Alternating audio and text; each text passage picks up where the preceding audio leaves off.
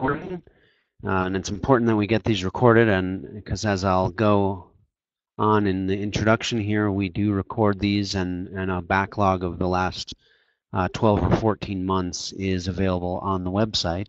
And so these are things that you can come back to down the road, share with other club leaders or staff at your club. So we'll get started here. Today, we are in the June topic of finance and fundraising. And I always show this slide at the beginning of these webinars to just emphasize the point that these are monthly and we go along a set curriculum.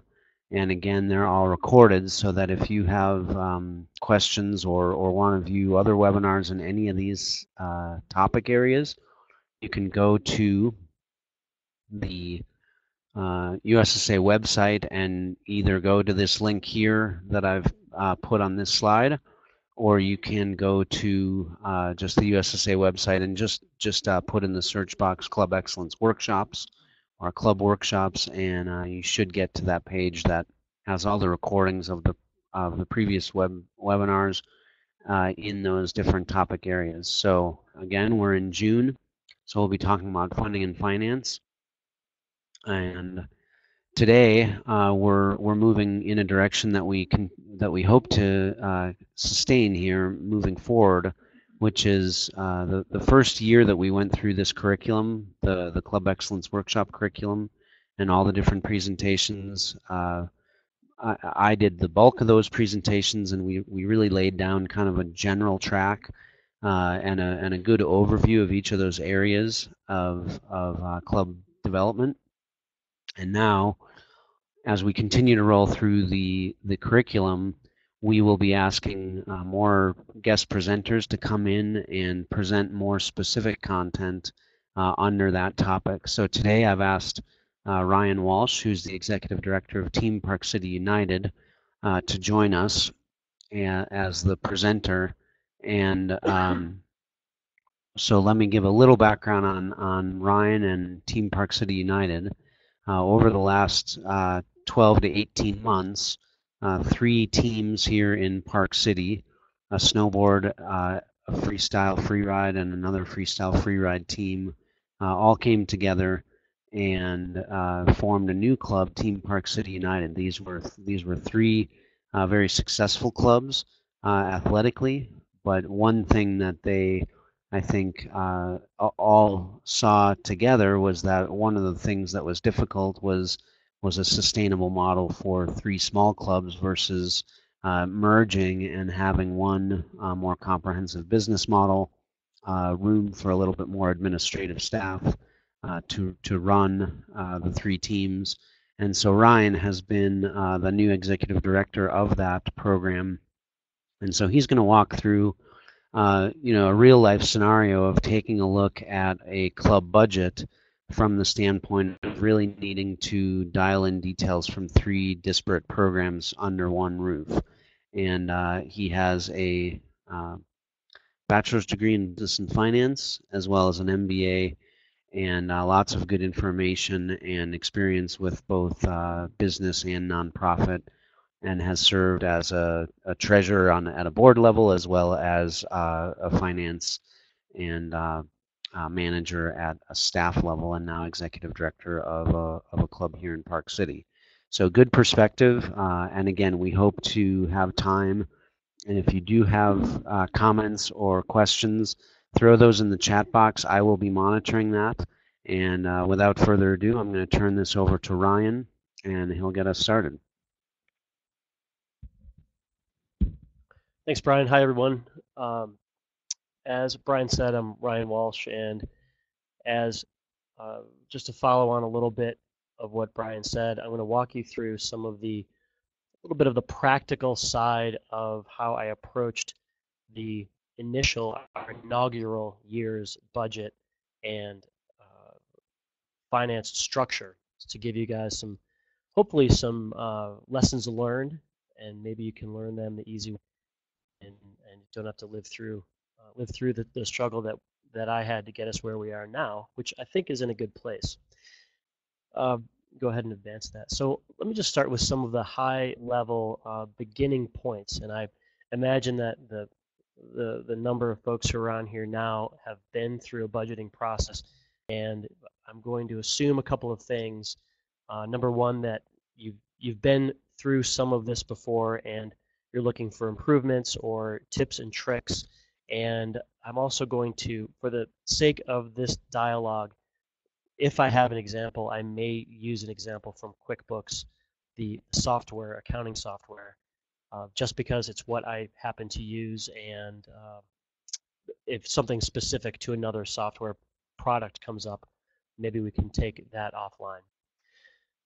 One of the things that really helps me as a planner, as a finance guy, as an executive director, is looking at the structure of the finance and accounting stuff that we produce. And the top level, the sort of step one that I look at when I'm approaching a new organization or when I'm looking at the books is the chart of accounts. And I'm interested in, when I'm looking at it, the structure of it, number one. And number two, does the structure of the chart of accounts match the way the business is sort of laid out? And the reason I ask that question is because simply structuring your accounts or your general ledger in a way that matches your business can help you facilitate, number one, the budgeting process, and number two, the decision making when it comes down to spending money or saving money relative to a program. And it's been my opinion that you can invest now in building a chart of accounts that comes from a thoughtful place, or you can invest time later when you are trying to unravel or uncover the story behind some of your expenses. And I'll go just to the next slide here and give you guys a look at a very high level of how I arranged our general ledger so that I could begin to have those conversations with staff in our group. So on the left side, I've got a really collapsed level of our the gross profit side, or the program side of our GL. And I start with, at the top level is program revenue, and it goes down into things like the winter and summer program revenue. I'll show you in a moment what falls within those. There's another nested level in there, but that enables me to break out our winter programming, which is more traditional for a ski and snowboard club, as well as look at our summer programming, which includes ramps, camps, and tramps, as I call it.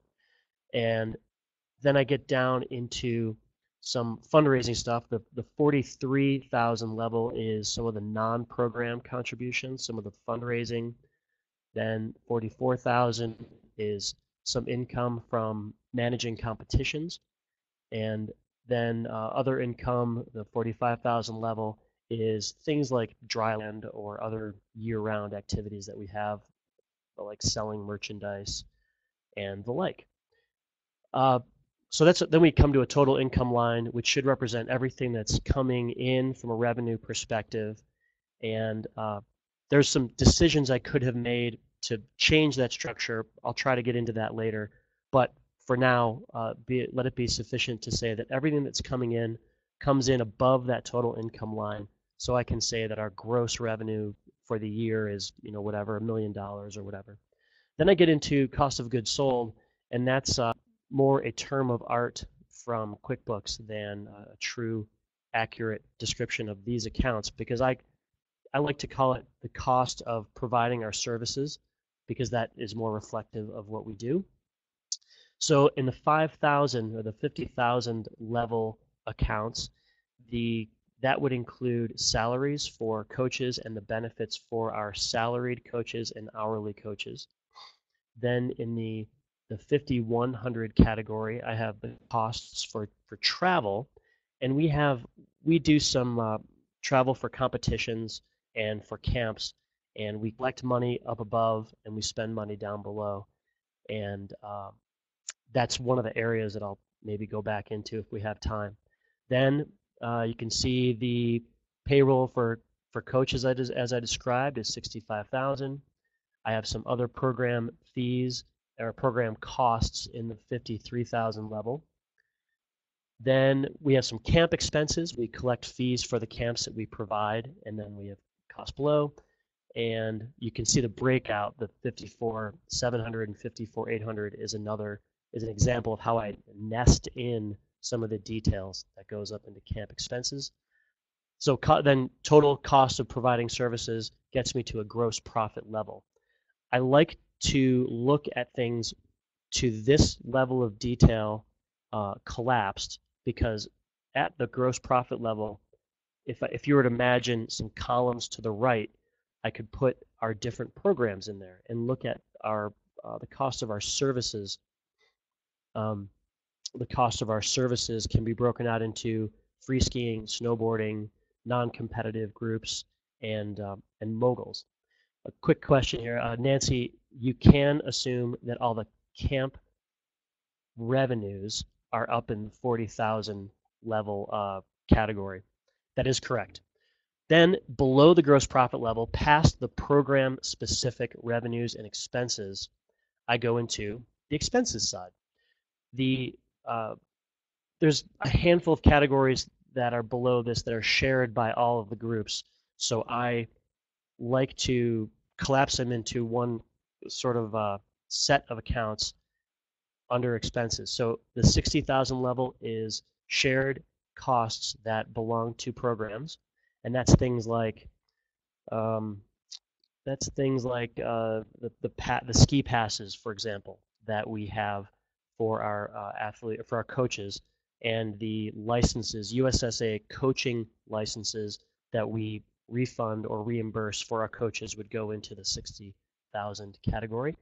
70,000 is fundraising costs, things like putting on events, and the 80,000 is administration, and that I'll blow that out, I think, a little bit in the next level of detail. Yeah, go to the next slide here, Brian. So this is a breakout of some of the categories that we saw above. I like to nest things in so that I can look at it on a one-page report, but also have enough detail that I can break down into some more granular detail. I am proud to say that I did not follow the example from one of our predecessor organizations. As Brian said, we merged 3 groups together, and one of those groups had an account set up for every different SKU that they had sort of in their program. So they'd have a one day skiing account and a 2-day skiing account, and it's pages and pages and pages of accounts. So this is the lowest level of detail for program revenue, and you can see I have the winter revenue development, Big Mountain, and then I have travel for Big Mountain. I have revenue for free skiing in the winter. I have revenue for travel for free skiing, and so on, down to the bottom row there, 41,000, which is the total of the revenue for winter programs. On the right side, I'm showing you guys a breakout of the administration part of my expenses. So this is below the gross profit line, and this is the 8,000 level would be at the same level as program expenses and fundraising expenses, but within administration, I break that out into things like payroll and administrative travel, and I'll use this to show you the numbering that I like to use. So 8,000 is my administration level, top level. Within that, I make it 80,300, 80,400, 80,500, so that if I am to sort the accounts by number, they will show up the same way that they do in QuickBooks in the reporting.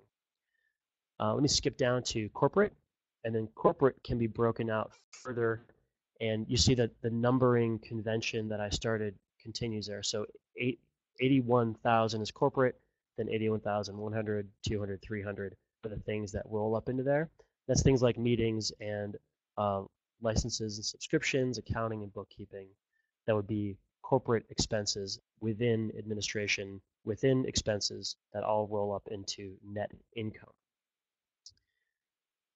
Let's see, that covers me through those. We can go down to the next slide here.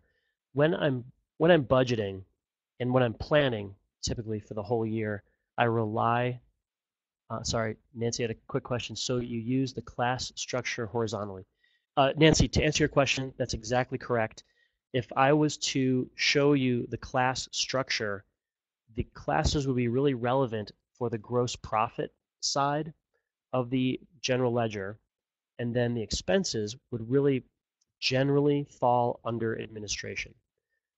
So yes, if you were to see this as a table or a graph and we were looking at a full year-to-date number, the classes could be dragged out to the right. Got that, Brian? Okay, got it. Good summary. So in the planning process, I go to assumptions, and from my experience specifically this year, assumptions were really important to me because I had really didn't have a budget from each group that I could just add together. I had some really high level, sort of starting from scratch, seat of the pants totals from the predecessor organizations. And these guys ran good clubs, but they didn't have the kind of budgeting process that I expected to follow or that I was used to.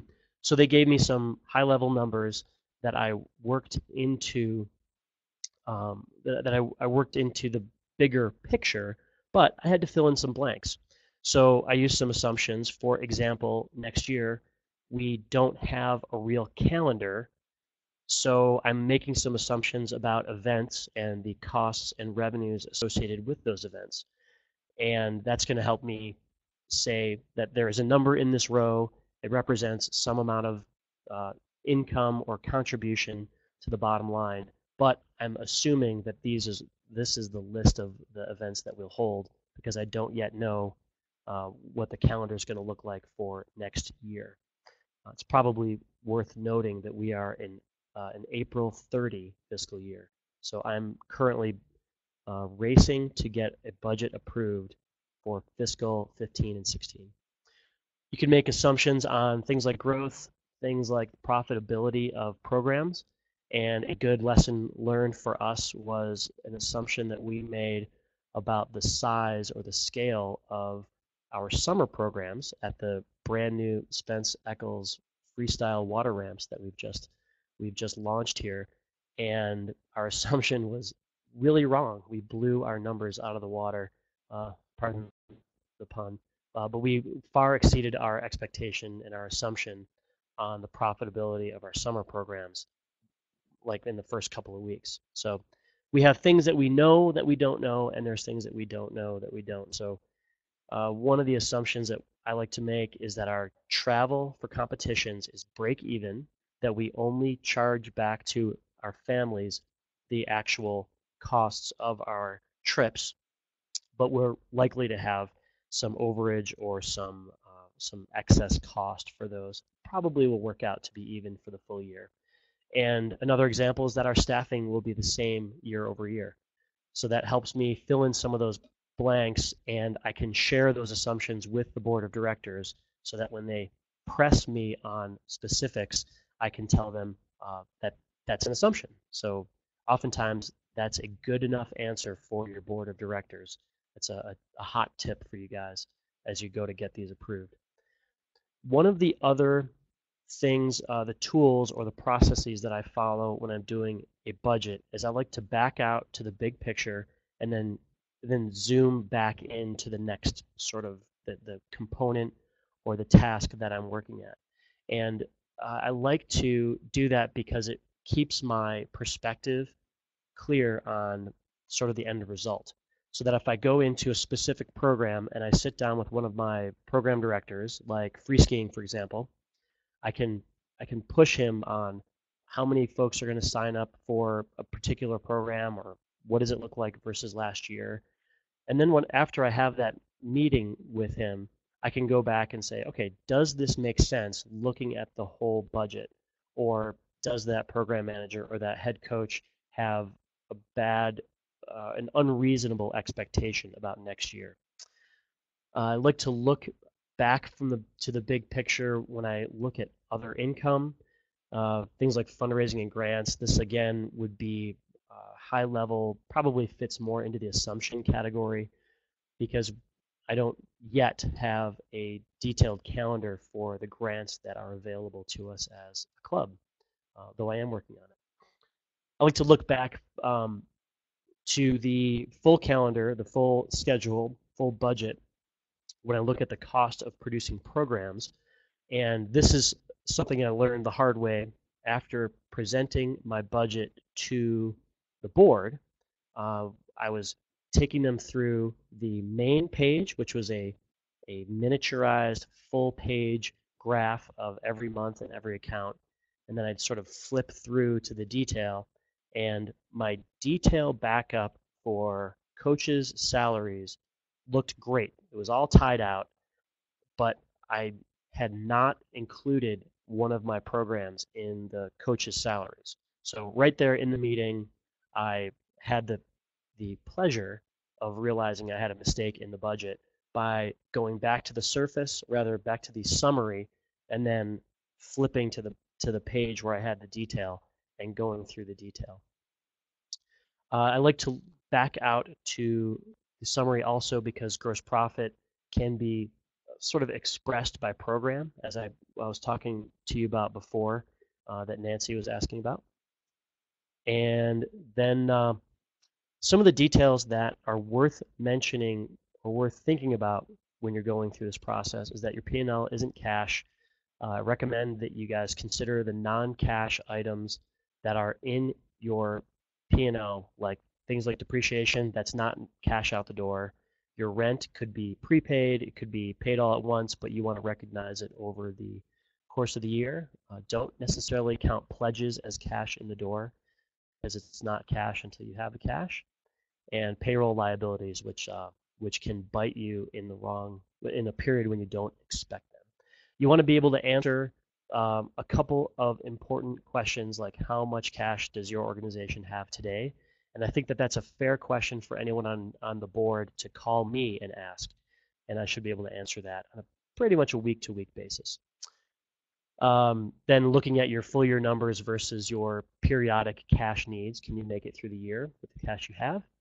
Then it's important in my mind to be able to answer some high-level questions from a donor or from a board member, like what's your revenue, what's your program revenue versus total revenue, what's your annual payroll, and the number of employees that you have.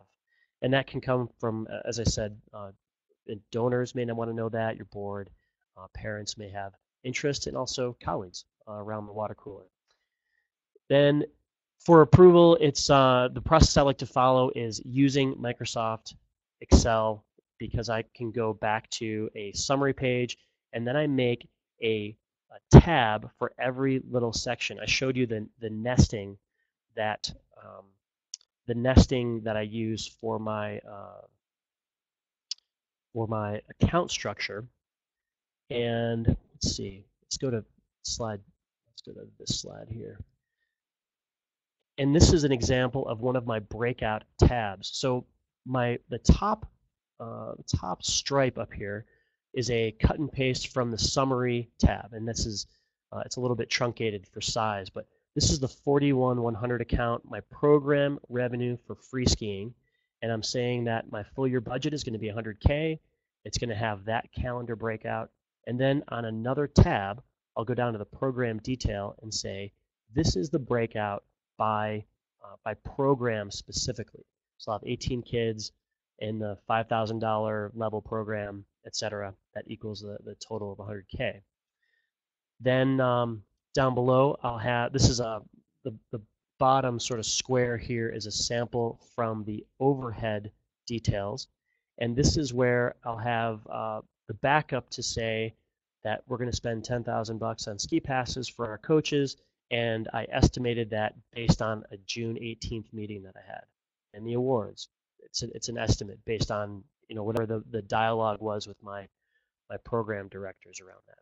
So this detail enables me to roll back up to the high level picture again, and that's how I walk through the budget with my with my board when I'm giving them a presentation on it for approval. Then I like to use an opportunities and risks tab, which is things that didn't end in the budget that are this is not my O&R, this is actually this is my bridge document. But I'll have a risks and opportunities tab that is stuff that could impact our bottom line that is not in the budget. And for example, I put in our opportunities area that we could make money on events that is not in the budget. So guys, our P&L is going to be, as you can see, our $5,000 net income for the year could get better by $10,000 if we run a certain number of events. Then this tab is this is mislabeled by me, and I apologize, Brian. Nancy, I'll answer your question in a moment. This is a bridge document, so when I have a meeting with my board and then I make changes to the budget, I actually track every change that I make so that when the income changes, they can say, well, why did it change? And I keep track of those changes here with this, which is a bridge document. Let's see. Then I like to walk through such things with my board. I like to walk through these things with my board and then ask them for approval after they've seen it. So reporting. Let me see if this answers your question, Nancy. I like to look at a report each month by period so that I can see in total if we're sort of following the calendar as we thought. And I want the level of detail in the budget to be sufficient so that I can track down the details. And I try as best I can to make QuickBooks work for me so that I'm not typing a lot of numbers back into an Excel spreadsheet. And I do that through a couple different ways, using links and using automatically populating Excel sheets out of QuickBooks. But that could be another, maybe next June we'll work on how to automatically generate reports out of QuickBooks. Then when I'm looking at reporting, when I have variances to the budget, I want to be able to tell the board or tell my staff, are these decisions that we made, are they circumstances that befell us, are they things that we did not budget properly, or are they changes that were simply unexpected? And depending on the answer to that is, you come back to the way you manage the organization, depending on the answer to those questions. Then when the budget is approved, I consider that to be the budget so that when the board asks or when the staff asks about any changes or updates or things that we learn during the year, any changes we make are then forecasts. And it's convenient and helpful, as I showed you, to use a bridge document so that during the year, if you have significant changes to your budget, you at least remember. You don't have to remember what they are because you'll be having recorded them. Now, Nancy had a question about creating month-end reports with that level of detail. There are, as I said, shortcuts to transporting that information out from QuickBooks into Excel. The challenge, I think, there's more of an investment in getting information into QuickBooks than there is getting information out. And Nancy, if you want to follow up with me offline, I'd be happy to walk through further details on that. But to answer your question at a very high level, I don't spend too much time creating those reports as I do the work up front. I try to invest a lot of time in the accounting or bookkeeping process. And that goes all the way back to the chart of accounts. Right, and that, yeah, and I was saying before, that is the reason I invest so heavily in the chart of accounts, so that when it comes time to do bookkeeping, I'm using accounts to a certain level and then the description on the entry itself for any special circumstances. Beyond that, I like to use subledgers like sales reports or credit card inputs like the credit card account to see what further things are inside of the chart of accounts beyond the account detail. Okay, Brian. Ready for me to turn it back over, or should I ask for questions? Yeah. If you have yeah if you have questions, type them into the chat box. I'm not sure where it appears on your screen. It's at the bottom of our screen, but type something in. Happy to answer any questions you have. There's something coming in.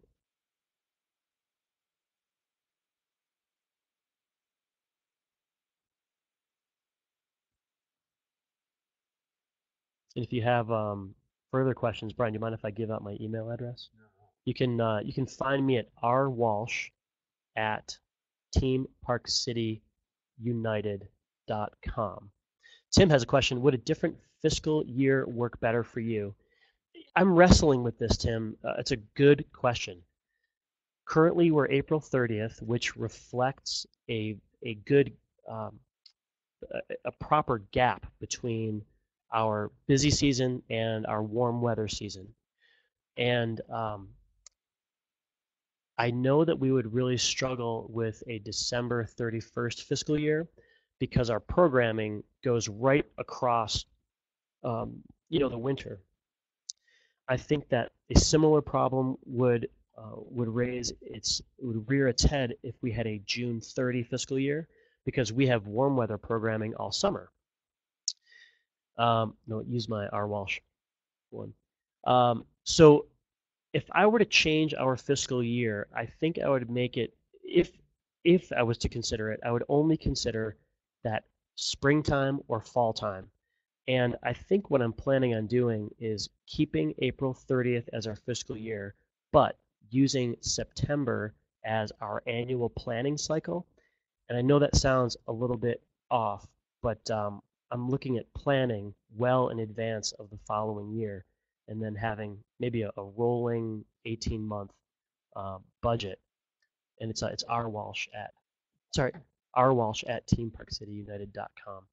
So Tim, I hope that answers your question.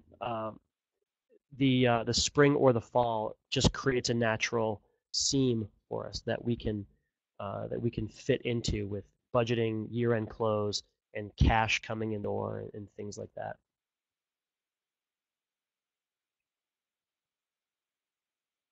So Zach has a question. You're welcome, Tim. Zach has a question. Do you undergo a third-party financial review or full audit or something else? Great question, and I have not yet because we were formed on roughly October 1st of 2014.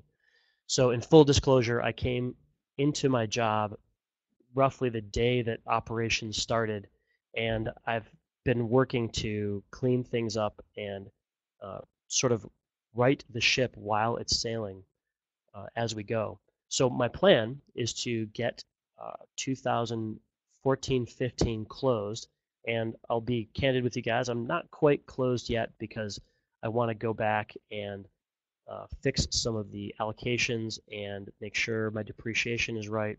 But my intention, Zach, is to find an external auditor and hire them to do a regular external audit on us, which I guess to answer your question would be a full audit. The reason I want to do that is I'd like to have my books clean for a 990 submission, number one. And number two, I'm trying to fill out the rest of our organization's board of directors. And a board member candidate would have more comfort level with a fully audited set of financials than anything else. And I want to make sure that I can provide confidence to someone who's interested in helping us as a board member. Yeah. Thanks, Ryan. I'm just going to jump in and comment a little bit on the audit question because it comes up a lot when I'm meeting with clubs. And I think that it's one of those, when I'm asked that very question, should we do a full audit? The answer is absolutely yes, and it depends all at the same time, in the sense that if your club's budget is, and Ryan was very candid with what he was just saying, like if your club is at a point where you're not at this level of strategy with your budget yet. If you're in a growing period, if you're making lots of changes, if you're still sort of living, so to speak, hand to mouth, then spending the money and the time on an audit might be not, real beneficial. That said, again, the answer is always yes, in the sense that uh, if that's the case, your club can be making strides to, based on today's presentation, structure the budget better, really do a lot more financial planning, and get to a point where you want to attract more sophisticated board members. You want to attract higher levels of donation, and so it really directly relates to that.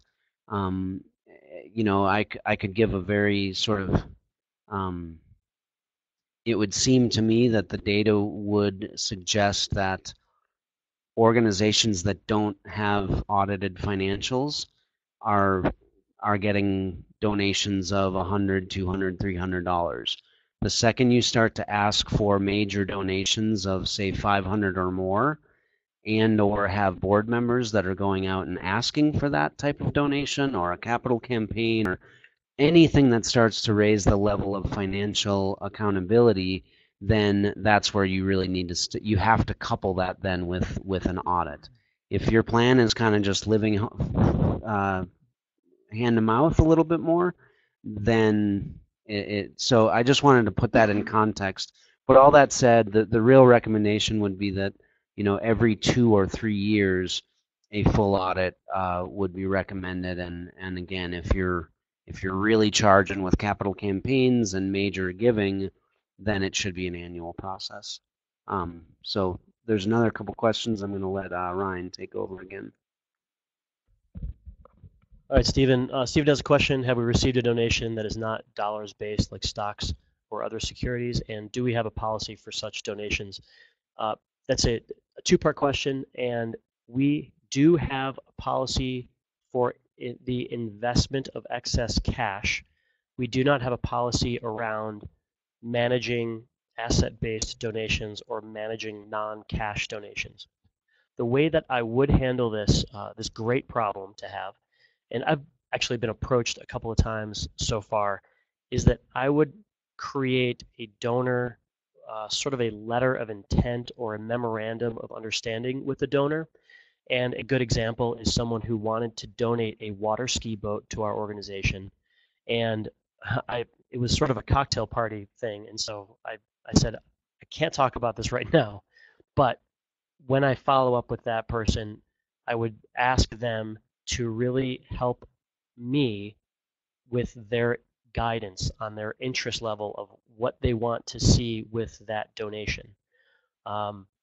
And I remember too clearly a story about someone who donated an asset to another club, and that family was subsequently unhappy with the way it was used, and a policy could lead me down the road to use a donation in a way that might injure my reputation or my relationship with the donor. So I would take that on a case-by-case basis, and I would lay out an understanding in writing with the donor if it was an asset, or if it was a stock, or if it was some other non-monetary kind of thing, like maybe a service or some other value in kind. Stephen, I hope that answers your question. Back to Tim, do we use club management software or online registration? We currently do not. We do a lot of work within QuickBooks, and I'm going to give credit to our team manager, Mary Partridge, who is in and of herself a wealth of knowledge and information when it comes to the families who are our customers. But we rely pretty heavily on QuickBooks to help us with much of that stuff. We use sales reporting. We keep offline documents. Now, having said that, I'm working with our web firm to introduce an e-commerce platform into our very website, onto teamparkcityunited.com, so that when someone looks up the information for a program, they can sort of add it to their shopping cart, if I can use that term. So they can purchase a program right on our website, and we're also going to create a login password, kind of a wall or a boundary for our families. And inside of that boundary, the login portion of our website will be a dashboard for every family, and that will allow them to buy our or pay for our programming, allow them to buy merchandise, and we're also going to have a goal setting and feedback section within every family's particular login. So we currently don't use a software today. We're sort of rolling our own with a great web firm in town who helps us out very generously. Tim, let me know if that answers your question. This is Brian. I'm going to jump in again and just go back to the non-US dollar donations. And a tangent of that issue is that I get asked about all the time is oftentimes those type gifts are also take you very close to what I would consider unfunded mandates, so to speak. In other words, let's take the example Ryan gave, a speedboat. Well, the club has no intention of buying a speedboat. So the donation of a speedboat is sort of, it gets in that gray area of why are we accepting a speedboat when we weren't going to buy a speedboat and it's not budgeted to have a speedboat, and then all the other intangible costs that go along with a speedboat that are also not budgeted for. So using that example, that again would be another time, as he very accurately said, that's a donor education opportunity.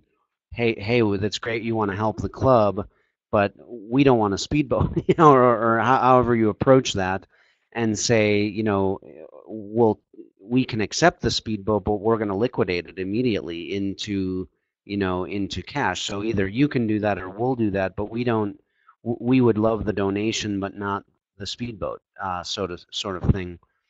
So we've run into a lot of that in a lot of clubs, and it whether it's a speedboat or even money or monies, you want to be careful about people making restricted gifts that is to do something that you were not planning on doing, and you have to educate that donor into a position where we can't accept your $20,000 to do an elite an elite camp that we weren't planning on doing, but we need to raise $150,000 just to make our planned budget, which includes elite level training at this, and this.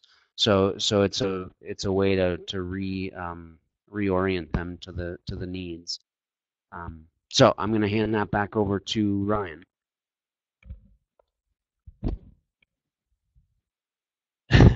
Thank you, Stephen. Great comment. Zach had a question. Who keeps your books on a day-to-day basis? This is an area that we are actually growing in. It's a great opportunity for us to improve. I'm going to be candid with you 16 folks online here, that during this year we had our team manager doing a lot of the input, the bookkeeping, and it put a lot of pressure on this particular employee, and it did not play to her strong suits. So to answer your question, Zach, I'm going to tell you what our plan is. I've put together a draft of some pretty thorough accounting policy and procedure. So we will have some processes managed by different folks. For example, I'm going to keep our team manager in charge of the revenue and the sort of the running credit cards and charges, because she is her skill and talent is talking to families. She knows who everyone is and is great on the front end of the accounting process. Now, for things like accounts payable, we'll have a process that it might be me, where we'll have the inbox, then the processing invoices, and then the bills that come out on the day of a check run, and that might be me. And then I've retained an outside person to help me with some of the more technical accounting stuff, partially to help me nail down and really tighten up our policy and procedure, and secondly, to be a third, another set of eyes to make sure that when I when I face the question from a board member or a donor about who does your books, I can say that we've got a good separation of duties, that we don't have the person writing checks who's also doing the bank reconciliations, for example. And I am very I keep in the front of my mind all the time the controls and checks and balances that I need to keep in order in order to in order to make sure that the books would look clean to an outside party, like a donor or a board member.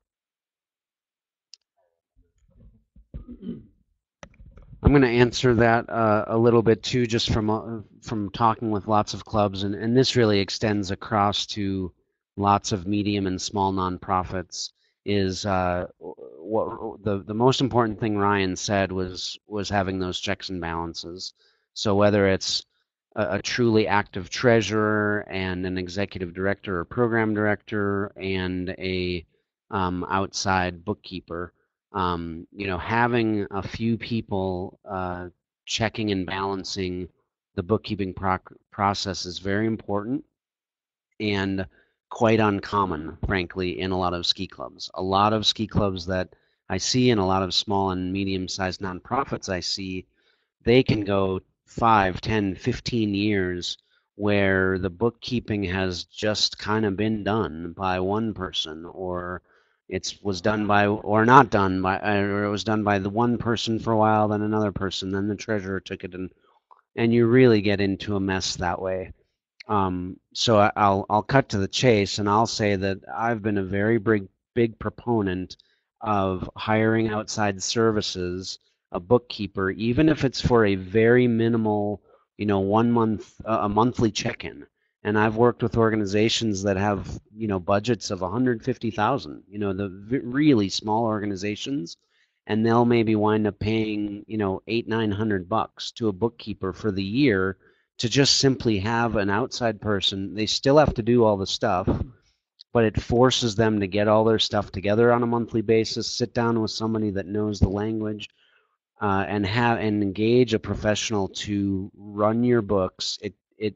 It doesn't take away all the tasks that have to happen anyways, but I have seen that be very, very effective for many different nonprofits, especially ski clubs, especially because a lot of times the norm at a ski club is a lifelong coach who's now the executive director, who is now program director, and now they're trying to manage the books, and it can go south quick and ultimately take tons of time away from what they really should be doing with regards to the program, the parents, the athletes. And again, for anywhere from $800-900 to a couple $1,000, you can get a good bookkeeper to help you at a professional level.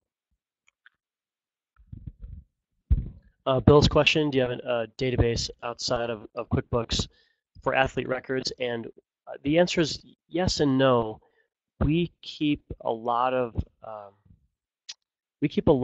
files that retain a little bit of information each across a broad spectrum of athletes. So the answer is no. We don't have a comprehensive database that saves information on our athletes, but we have a lot of retained knowledge about our athletes based on a coach feedback and athlete goals, and then in different kinds of files, things like our injury reports are in a separate place. We've got trip records of trips and stuff that all kind of stays in different places. And I have had a pretty long dialogue with the folks over at Ski Club Pro who do this kind of thing, and looks pretty impressive to me. I'm not sure where we are on the spectrum of needing a comprehensive database like Ski Club Pro offers, but these guys, Brian's typing about that right now, and those guys have a great product that can help with that stuff. It's actually really impressive. I've been through a bunch of the modules, and I don't know how well it connects with QuickBooks, but I do know that you can pull information out of QuickBooks, and I know that you can also upload information into Ski Club Pro. So they probably handshake fairly well, and I bet a phone call over there would get them to make a comprehensive link, because they see the kind of value in questions like that.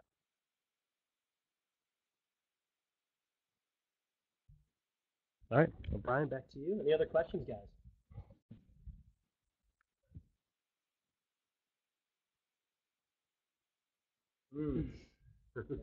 Great. Zach, thank you. I just want everyone to know I did not email this question to Zach, but he asked me if we'd rather have the right chart of accounts or a long history of records that work but are not great in the chart of accounts. There's a both and, right? On one hand, if you have a fairly straightforward modus of operations, for example, you are I'll take an example. Let's say that you only offer Nordic skiing, and you're sort of locked into one place. That's pretty straightforward. I think that even to a high level of detail, there wouldn't be a lot of complexity with your chart of accounts.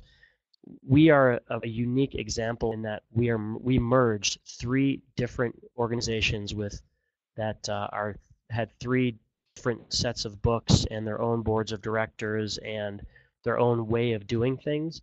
So I want to be able to bring those together, and for my purposes, it is the investment up front, and I prefer to invest up front in the right chart of accounts, because even though each of these predecessor organizations had 10 years of experience and fundamental intimacy with their numbers, there's not a chance that I would have been able to sort of bring that process forward, because the investment quote unquote, the investment later would have been much more than starting fresh with a new chart of accounts. So Zach, I think that it sounds like you're well into having a long-standing historical record, and you're considering maybe updating your chart of accounts.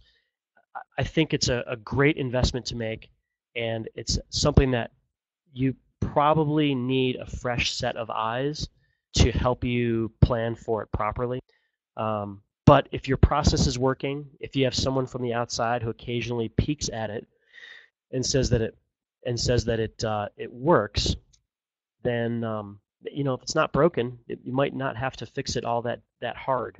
But if you have trouble answering some of the high-level questions that I suggested earlier in the presentation, it might be worth it to explore looking into redoing your chart of accounts for planning and reporting purposes.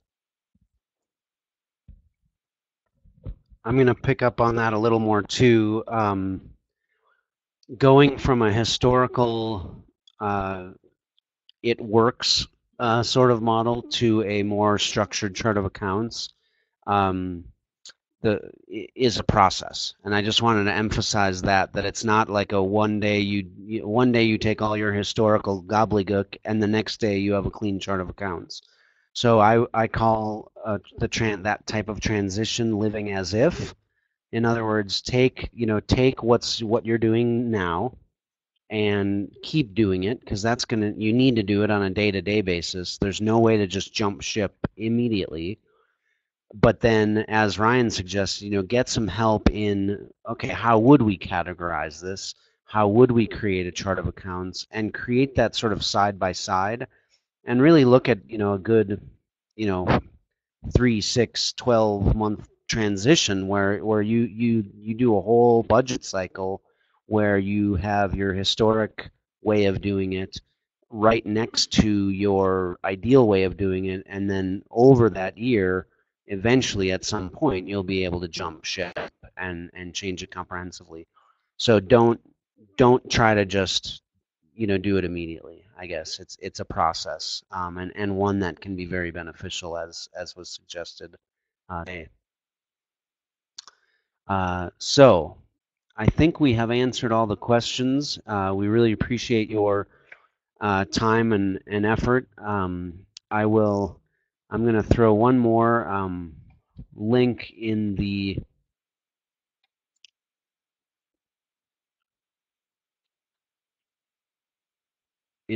chat here because it's our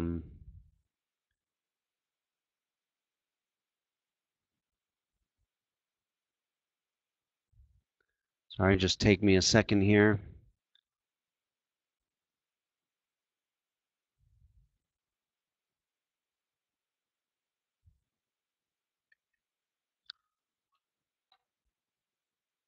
But here's one more link that goes to the Club Resource Center and has lots of good takeaways. Some very fairly simple stuff in terms of budget structure. It also covers kind of the funding side and fundraising side. So check out the resources in that link for further guidance in club finance and funding. I want to thank Ryan for his time and effort. It was really helpful and again, a sign of things to come that we're going to continue to strive to make these webinars as practical as possible and invite different representatives at the club level to just tell their story as Ryan so accurately did today in terms of how they're operating in these areas. I think that's really valuable. So thanks to Ryan for supporting us in that way. If any of you have questions, Ryan's email is on the chat box there. I'm throwing my email in here as well if you need to hit me, and he has generously offered to provide any follow-up with you if you have questions, and I can do the same and point you to further resources. So take care. Happy 4th of July coming up here, a holiday weekend, and we will see you in July. Take care.